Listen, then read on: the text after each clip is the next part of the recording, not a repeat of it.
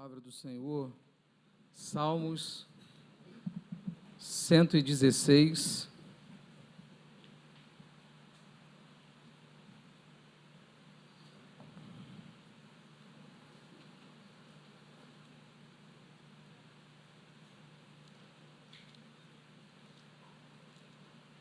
Nós vamos ler nesse momento apenas o verso 12, mas nós vamos depois ler todo o Salmo. Amém, irmãos?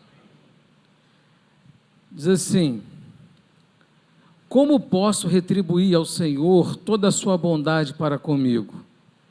Em uma outra tradução diz assim: que darei eu ao Senhor por todos os benefícios?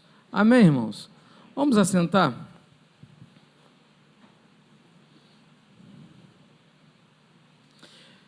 Eu vou começar essa mensagem fazendo algumas perguntas a igrejas sobre esse texto. Quem é o autor do Salmo 116? Os irmãos sabem? Sim ou não? Davi? Anônimo? Quem é o autor do Salmo 116? O Salmo 116, na teologia, há uma divergência de opinião. Boa parte entende que o Salmo 116, o autor é anônimo, não se identifica o autor. Há uma outra parte que entende que o autor do Salmo 116 é o rei Ezequias, que escreveu esse texto quando o Senhor teve misericórdia da sua vida diante do profeta Isaías, quando o profeta Isaías chega diante do rei e fala assim, põe em casa a tua ordem, põe em ordem a sua casa, porque você vai morrer. Então existem essas divergências desses dois, um anônimo, o outro o rei Ezequias. Mas o que importa para nós aqui, se nós levarmos tanto para a autoria do rei Ezequias, como para a autoria de um anônimo, a intenção do texto é a mesma. A intenção do texto aqui é: o que eu posso dar a Deus por todos os benefícios que Ele tem feito por mim? E nós vamos ler o Salmo todo, começando no verso 1. O salmista, o autor desse salmo, ele começa com uma declaração dizendo: amo ao Senhor. Eu quero fazer uma pergunta para a igreja aqui: quem ama o Senhor aqui? Levanta a mão, quem ama ao Senhor? Amém. Agora a pergunta que eu vou fazer: por que você ama ao Senhor?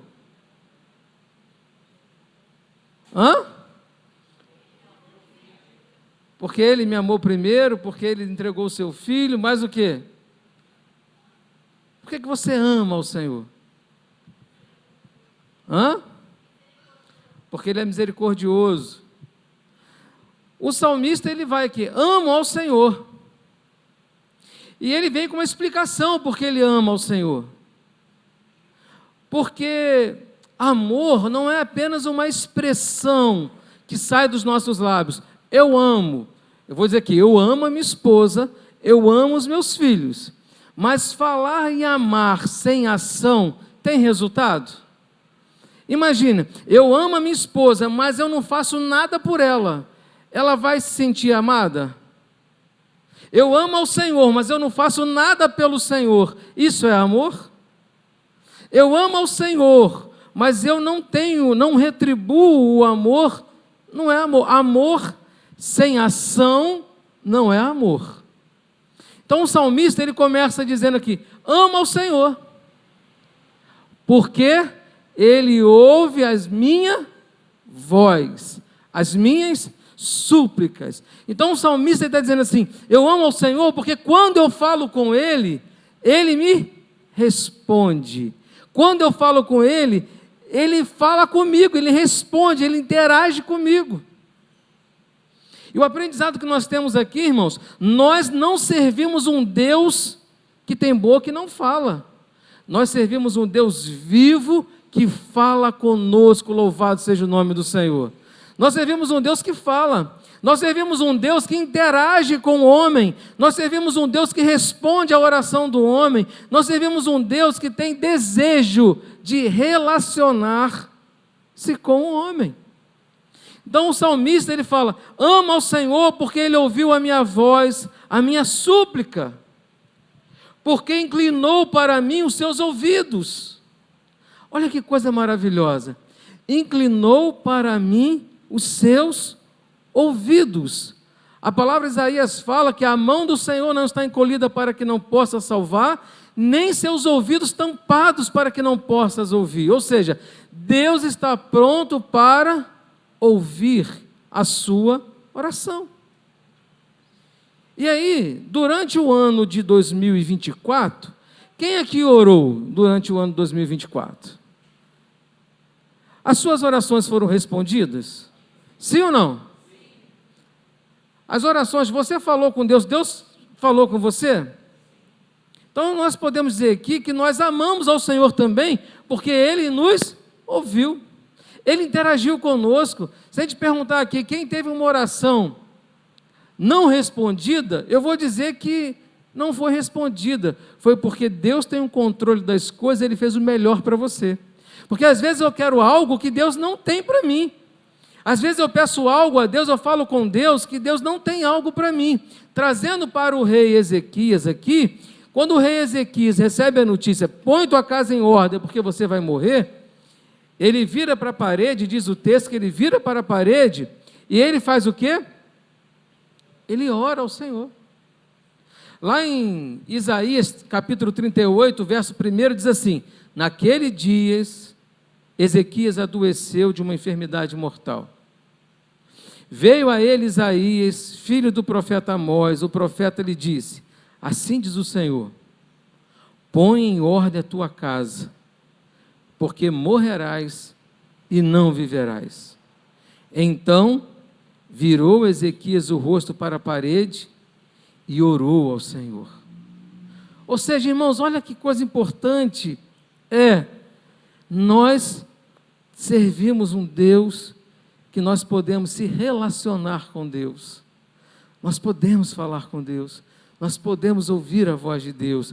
E Ezequias, ele vira o rosto para a parede e orou ao Senhor e disse ao Senhor: lembra-te, peço-te que andei diante de ti em verdade, com o coração perfeito, e fiz o que era reto aos teus olhos.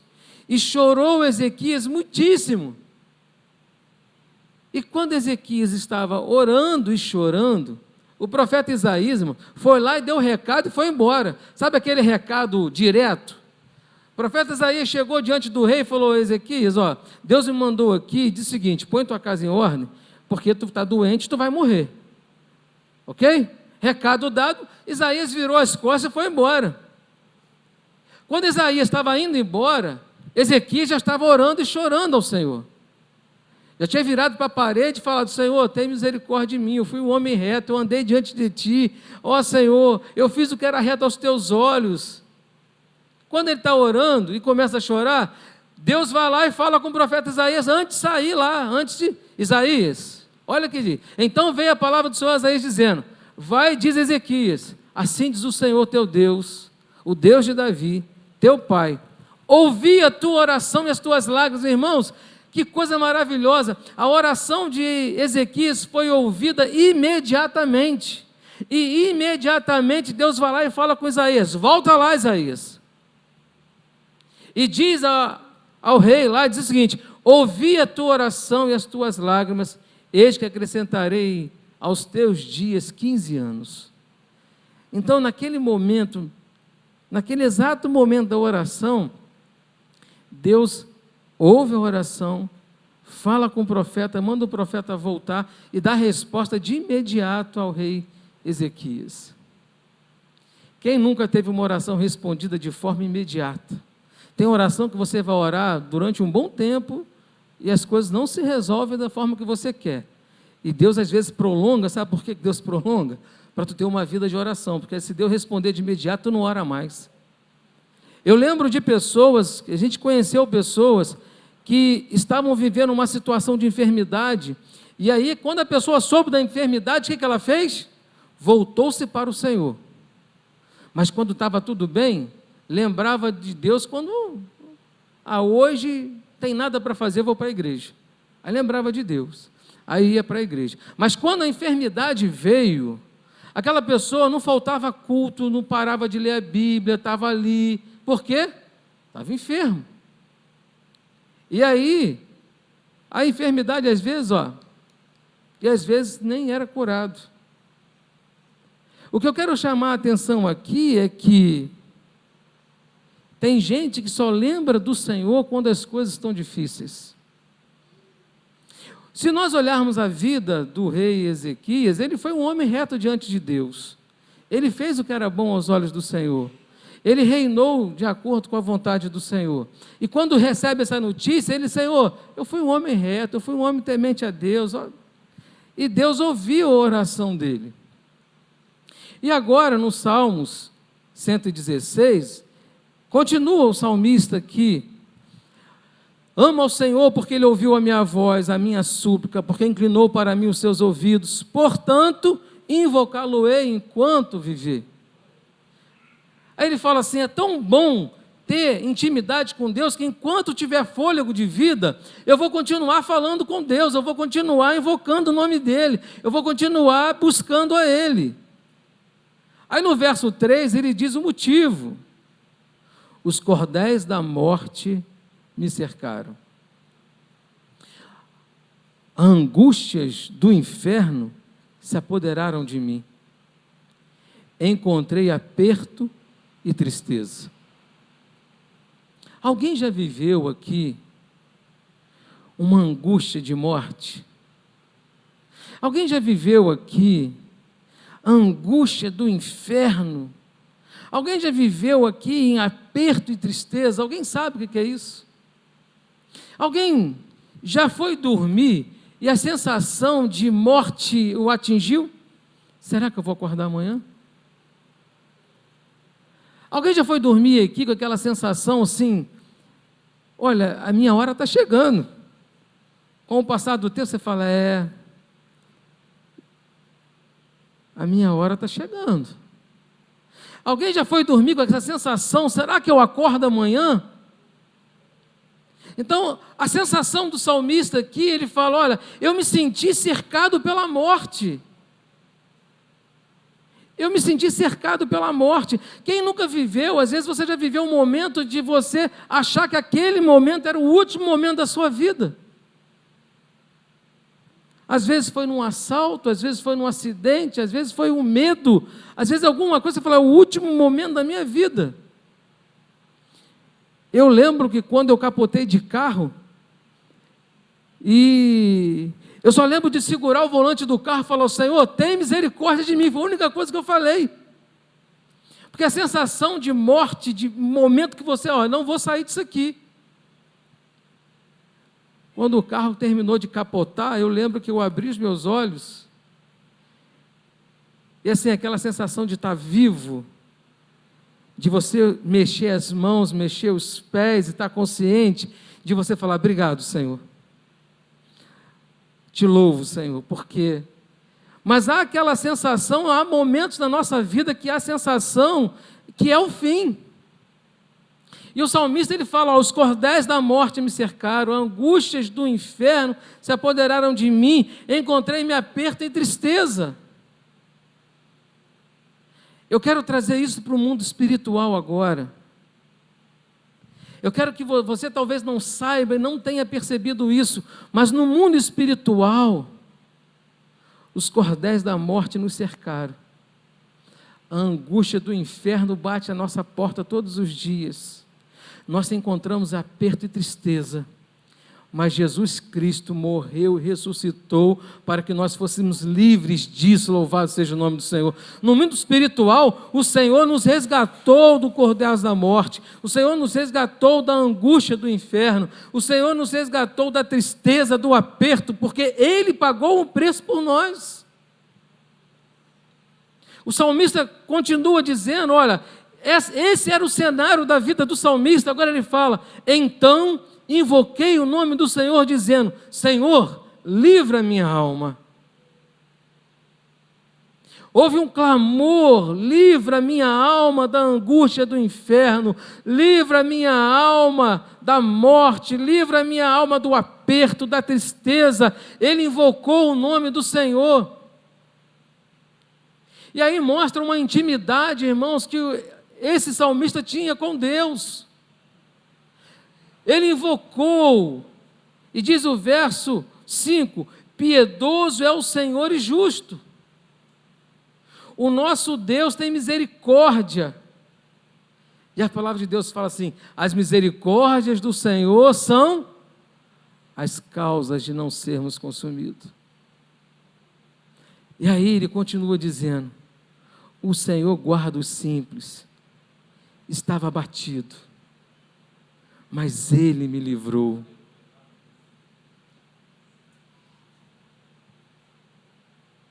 O verso 7, volta minha alma ao teu repouso, pois o Senhor te fez bem.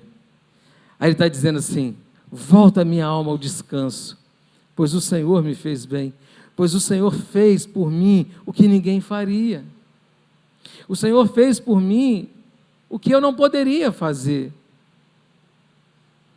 Eu quero trazer à memória da igreja nessa manhã, que nós estamos hoje no último domingo do ano, a última ceia do ano. Eu quero que você traga à memória quantas vezes sua alma estava em aperto e Deus estendeu a mão por você. Quantas vezes você estava em angústia e Deus estendeu a mão por você? Quantas vezes você estava em desespero e Deus estendeu a mão por você? Quantas vezes você não sabia o que fazer e Deus direcionou o que você deveria fazer? Quantas vezes você achou que não teria jeito e Deus deu a solução, Deus deu o livramento, Deus te colocou de pé? Se nós chegamos aqui hoje, irmãos, nós podemos louvar o nome do Senhor, porque até aqui nos ajudou o Senhor. Até aqui o Senhor nos manteve de pé, até aqui o Senhor proveu. Eu estou dizendo aqui, irmãos, que não importa se você está vivendo luta ou não hoje, o que importa é que Deus não deixou de ser Deus, Deus não deixou de ouvir o meu clamor, Deus não deixou de se manifestar, Deus não deixou de nos sustentar. Você pode falar, pastor, mas Deus não fez o que eu queria. Glória a Deus por isso, porque você não sabe o amanhã e Deus sabe. O salmista então aqui, ele expressa essa gratidão, olha, Deus foi maravilhoso, estava abatido, mas Ele me livrou. Nós estávamos condenados à morte, nós estávamos condenados a um juízo, e louvado seja o Senhor pelo seu sacrifício, louvado seja o Senhor pela cruz, louvado seja o Senhor pelo derramar do seu sangue, louvado seja o Senhor pelo entregue do seu corpo, louvado seja o Senhor porque Ele morreu por mim, ressuscitou e vive está hoje, louvado seja o nome do Senhor por isso. O salmista continua dizendo, olha, livraste a minha alma da morte, os meus olhos das lágrimas, os meus pés da queda. Quantas vezes nesse ano, se você fosse fazer o que você queria fazer, você deveria ter caído? Quantas vezes você pensou algo em fazer algo e não deu certo, e lá na frente você entendeu que não deu certo porque Deus estava no controle da sua vida?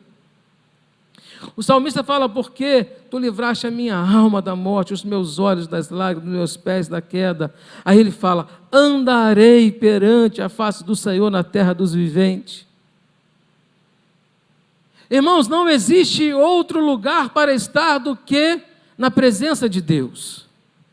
Eu não estou falando aqui de uma placa de um nome de igreja, eu estou falando, o melhor lugar para você estar é na presença de Deus. Não existe outro lugar para estar. E o salmista, ele reconhece isso, andarei perante a face do Senhor na terra dos viventes. Cri, por isso falei, estive muito aflito. É a experiência de quem está aflito, de quem está angustiado. Ele fala: ó, eu vivi uma aflição e Deus me ouviu, Deus agiu em meu favor. Por isso, enquanto eu viver, eu andarei na face do Senhor, eu andarei na presença dEle. Andarei perante a face do Senhor na terra dos viventes. Onde é a terra dos viventes? É aqui, irmãos. O salmista fala: enquanto eu viver, eu andarei na presença do Senhor. Eu dizia na minha precipitação: todo homem é mentira. Mas ele vem no verso 12 e ele faz uma pergunta: que darei eu ao Senhor por todos os benefícios que me tem feito? E aí eu pergunto para a igreja hoje: o que você vai dar ao Senhor por tudo que Ele tem feito por você? Vamos trazer para o nosso dia a dia. Quem aqui ganhou presente esse ano? Pouca gente, hein? Pessoal, mão fechada, hein? Mas você ganhou. Quem deu presente? Você deu presente para qualquer pessoa? Sim ou não? Você deu presente para quem você ama, para quem você tem intimidade. Então, ninguém dá um presente para um estranho. Passei aqui, vou dar um presente para você. Em regra, você dá um presente, você retribui a alguma coisa. O presente você quer grato por alguma coisa, você quer agradar. E o salmista ele faz essa pergunta: o que eu vou dar ao Senhor? Ontem eu estava no carro conversando com meu filho, com o Lucas. Eu perguntei para ele: você daria, que presente você, por que você me daria um presente? Por quê? Porque quando eu vou dar um presente para alguém, tem uma justificativa. Ou tem aquele presente, você fala assim: eu tirei o fulano no amigo oculto, tem que dar um negócio para ele, né? Comprar qualquer coisa que eu tirei ele. Não, não é nesse sentido humano. É um sentido de retribuição. Eu vou dar. E aí ele me respondeu: não, pai, eu te daria um presente porque tu é meu pai. Tu é meu pai, eu te daria um presente. Eu falei: tá, mas só porque eu sou teu pai? Ele é meu pai, porque tu dá tudo para mim, tu faz isso para mim, tu faz aquilo para mim. Eu falei: E que presente você dá ao Pai Celestial? O Senhor é teu Pai? Sim ou não, irmãos? Sim. O Pai é aquele que provê? É aquele que quando você nem sabe o que fazer, ele fala: toma, meu filho, vai lá. Quando você ainda não merece, ele ainda fala assim: tá bom. Porque assim, o filho quando merece, você fala assim: se você passar de série, eu te dou um presente, não é isso? Não é isso, Pedro? Mas, e quando ele passa normal, você deixa de dar comida para ele? Sim ou não? Não passou, vai parar de comer agora. Não tem mais comida aqui em casa, você faz isso? Não faz isso. A provisão, Ele dá.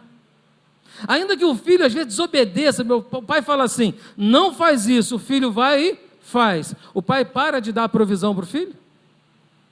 Para de dar comida? Para de dar o sustento? Não. Ainda que nós sejamos um filho, e às vezes nós somos um filho meio desobediente a Deus.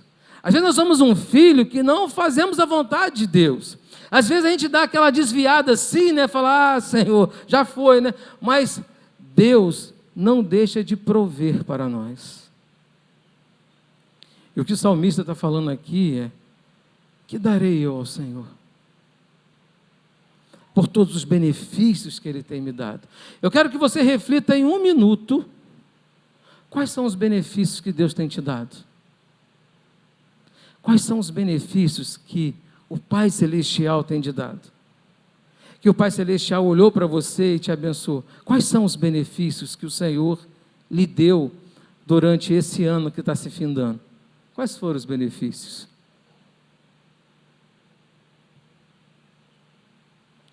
São muitos ou são poucos? É o suficiente ou está faltando? Mas a pergunta do salmista, ele fala, o que eu vou dar? O que eu vou retribuir? Ele fala, o que eu vou retribuir? Porque os cordéis da morte me cercavam. O que eu vou retribuir para esse ser que me tirou da angústia do inferno?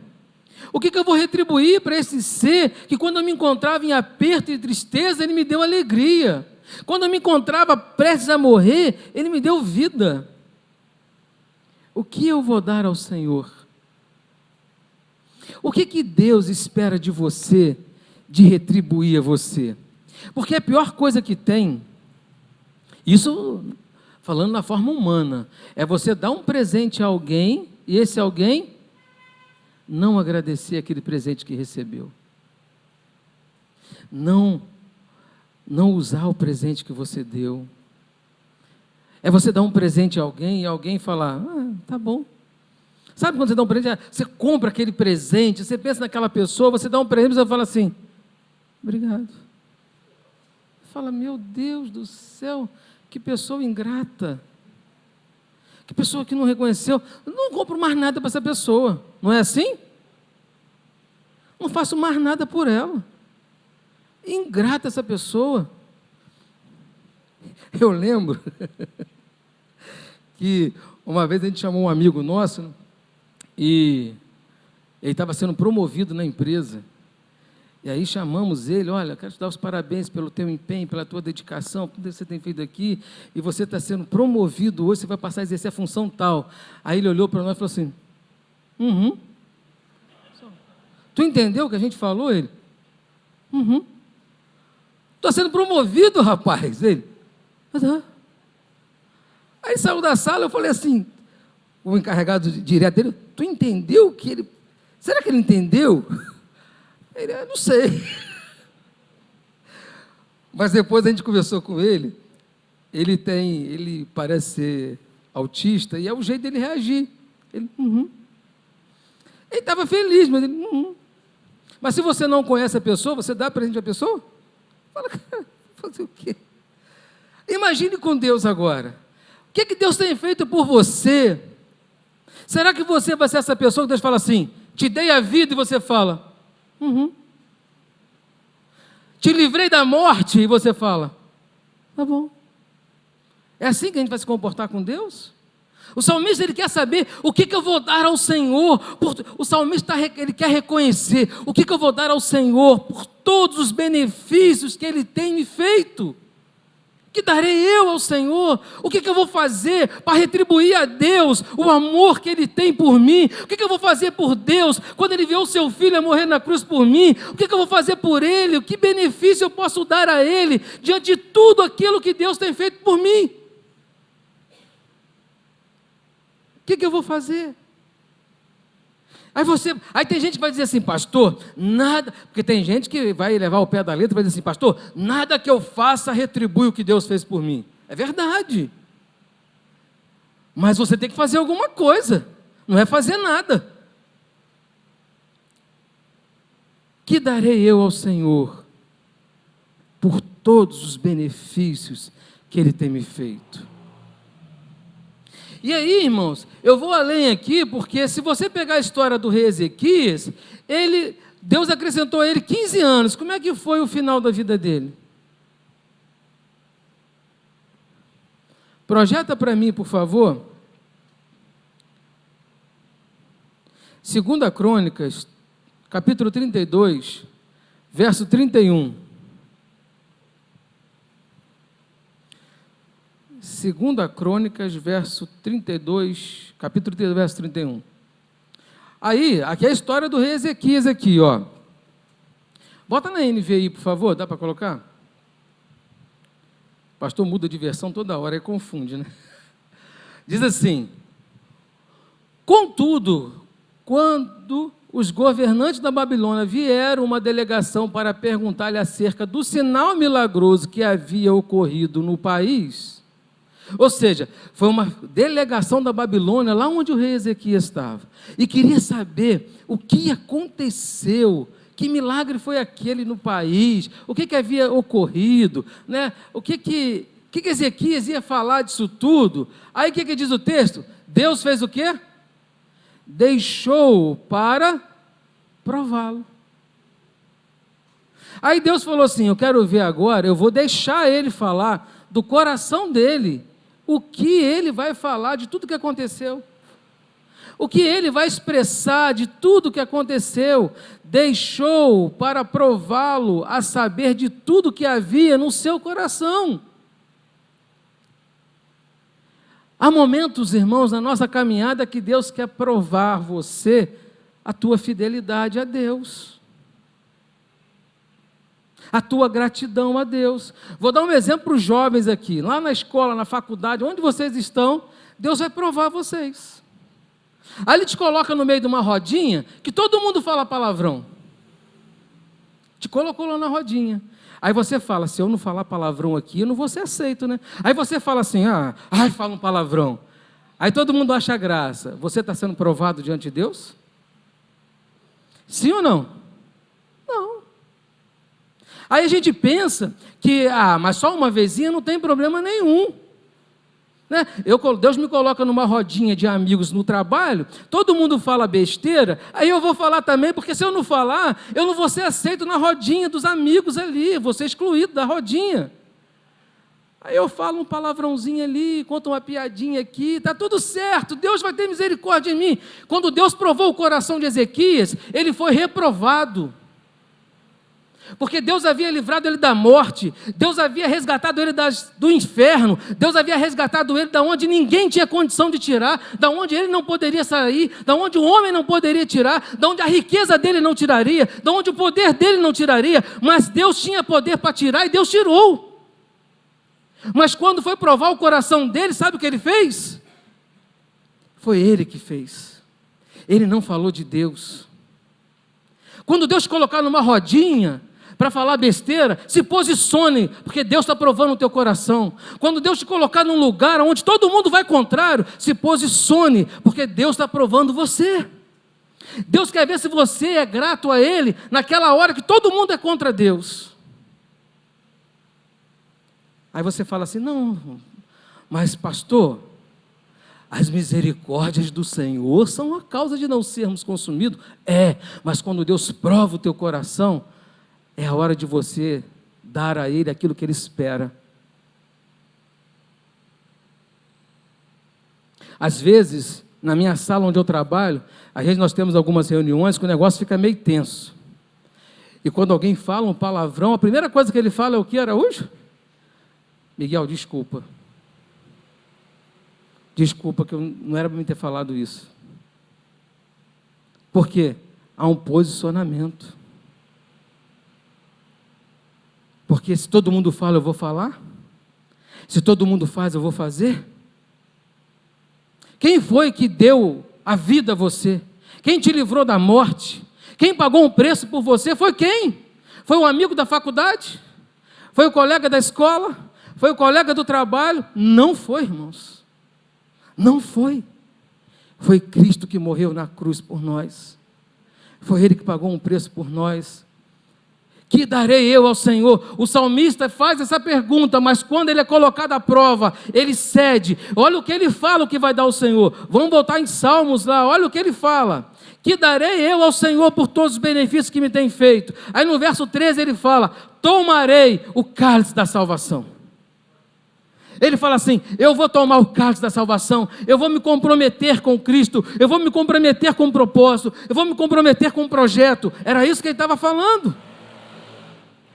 Mas quando ele foi colocado à prova, não havia comprometimento. Ele fala, tomarei o cálice da salvação, invocarei o nome do Senhor.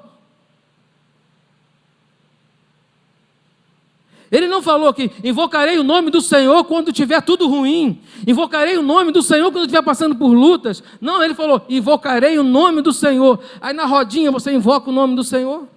Na piadinha você invoca o nome do Senhor. Na hora de falar o que não deve falar, você invoca o nome do Senhor. Não, aí você esquece. Se você soubesse quantas pessoas precisam de alguém posicionado ao lado dela, porque às vezes o teu posicionamento vai salvar uma vida que está perdida. Às vezes o teu posicionamento fala, olha, eu não vou compartilhar isso, porque isso não me pertence, eu não faço parte disso. E aquela pessoa está dizendo o seguinte: da onde tu faz parte, eu quero ser igual a você, mas você está sendo igual ao mundo. Você está se igualando ao mundo, e aí você está abrindo mão de um alto preço que foi pago por você. Quero dizer para você, meu irmão, que às vezes, um ato, uma palavra, uma atitude, talvez não dê tempo de arrependimento mais. Não dê. Quem tem certeza de estar vivo aqui amanhã? Quem tem certeza? Ninguém.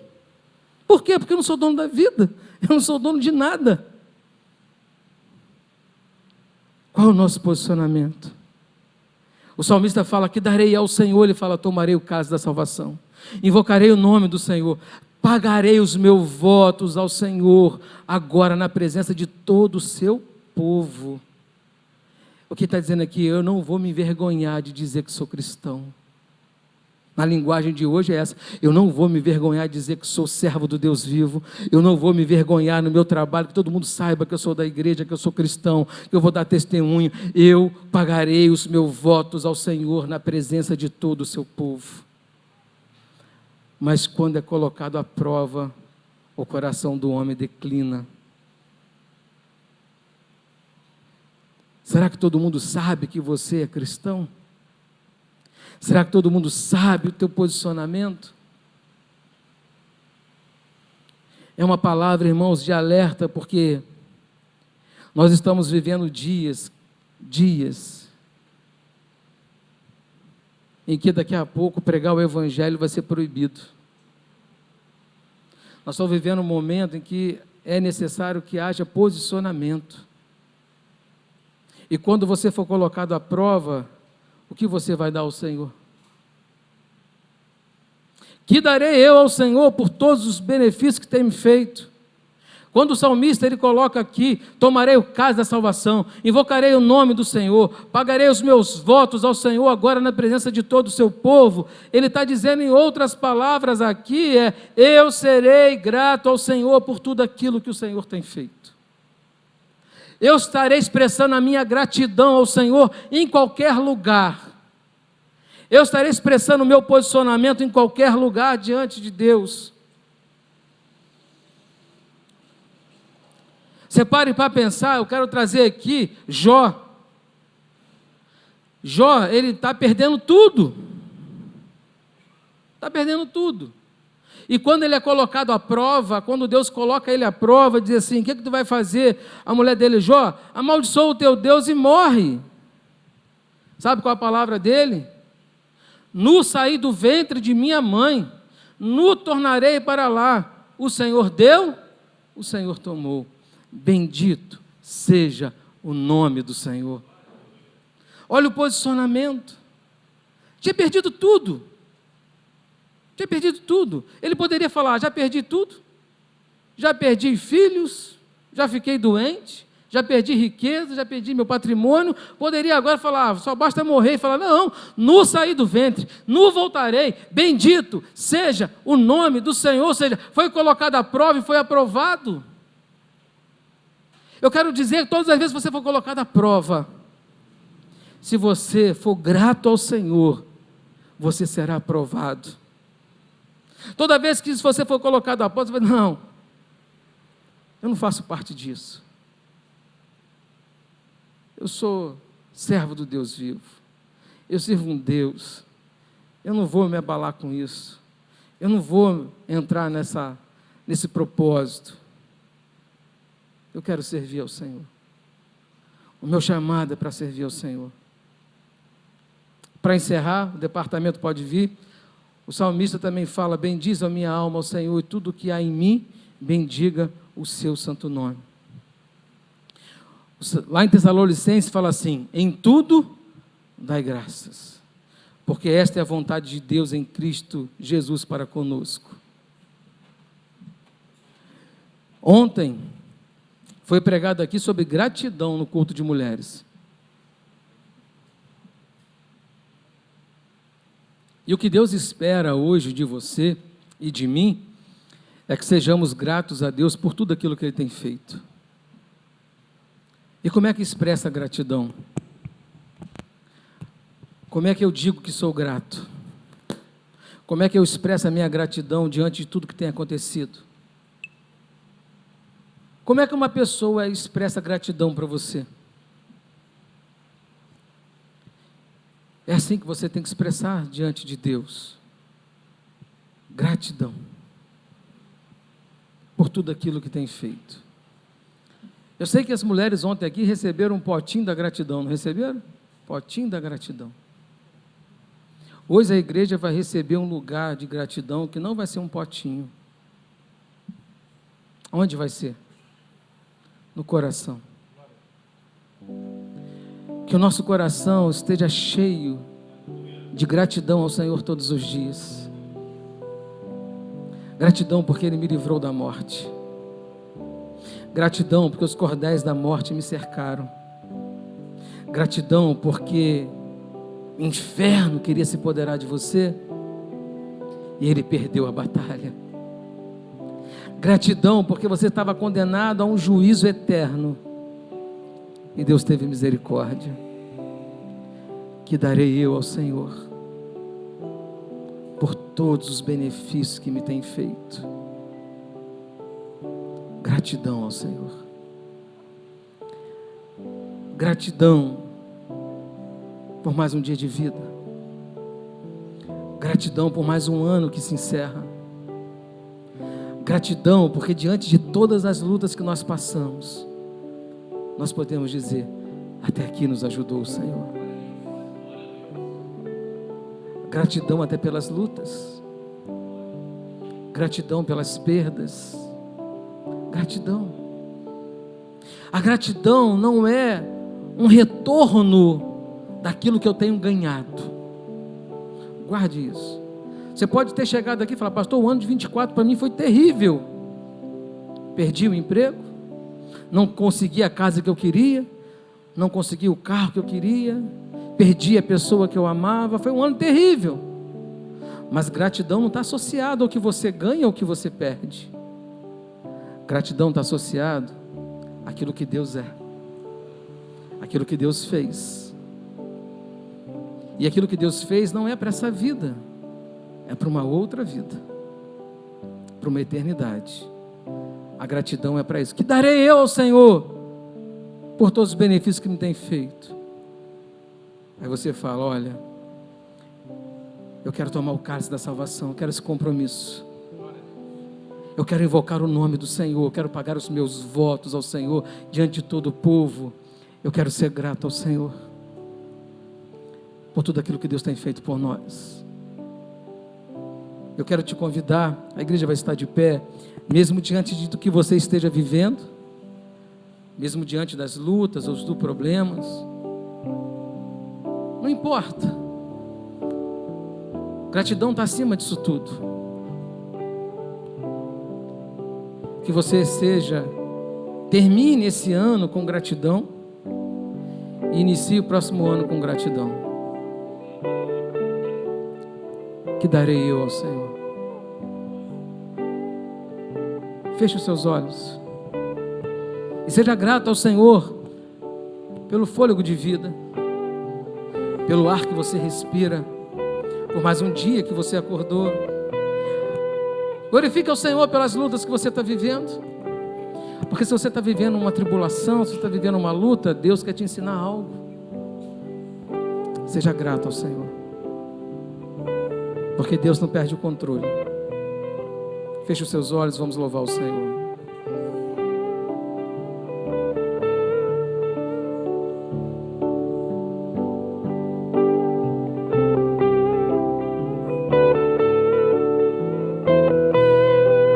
Louve ao Senhor de todo o teu coração. Expresse a sua gratidão no louvor ao Senhor. Te amo, Deus. Tua graça nunca falha. Todos os dias eu estou em tuas mãos. Desde quando me levanto até eu me deitar, eu cantarei da bondade de Deus.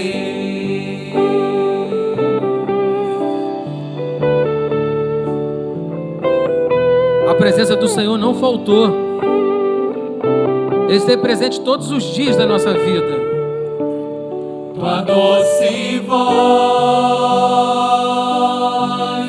que me guia em meio ao fogo, na escuridão, tua presença me conforta. Eu sei que és meu Pai, que amigo és, eu vivo na bondade de Deus. Aleluia. És fiel em todo o tempo. És fiel em todo o tempo. Em todo o tempo tu és tão bom. Com todo o fôlego que tenho, eu cantarei da bondade de Deus.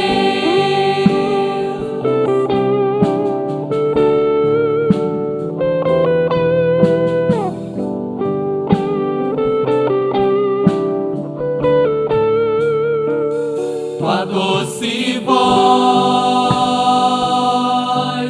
que me guia em meio ao fogo, na escuridão, tua presença me conforta. Sei que és meu Pai, que amigo és, vivo na bondade de Deus. És fiel em todo o tempo. Em todo o tempo tu és tão bom. Com todo o fôlego que tenho, eu cantarei da bondade de Deus. És fiel em todo o tempo. Em todo o tempo tu és tão bom. Com todo o fôlego que tenho, eu cantarei a bondade de Deus. Aleluia.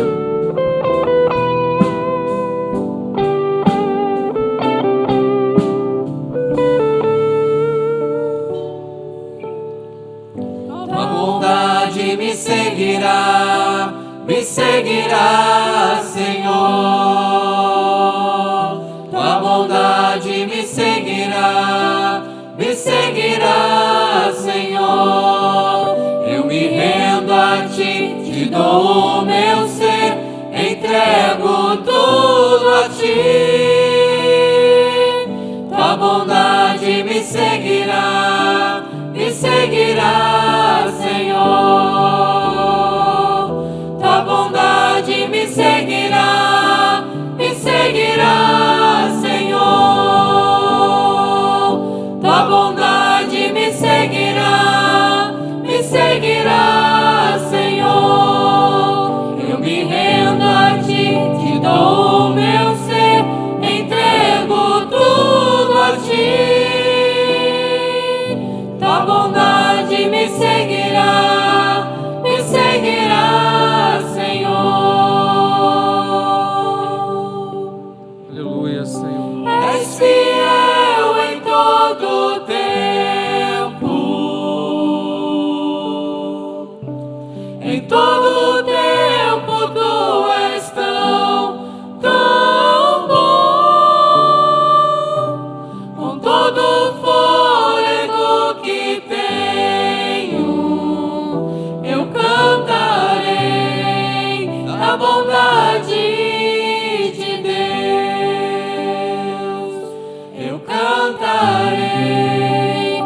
da bondade de Deus. Eu cantarei. Aleluia, Senhor. Da bondade de Deus. Santo és o teu nome, Senhor. A igreja adorando ao Senhor. Expresse sua gratidão, sua adoração ao Senhor. Santo és o teu nome, Senhor.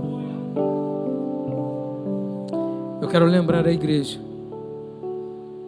Você sempre vai ser colocado à prova. Lembre-se disso. Isso não é uma brincadeira. Nós precisamos se posicionar. Às vezes, o pastor falou isso. Não, o pastor, ele está falando o que a palavra de Deus nos ensina. Nós precisamos estar atentos. Porque o Satanás, o inimigo, ele é sorrateiro. E às vezes ele vem de uma forma tão sutil para fazer com que você perca tudo aquilo que Deus te deu. Se posicione. Seja temente a Deus em todo o tempo. Amém? Irmãos...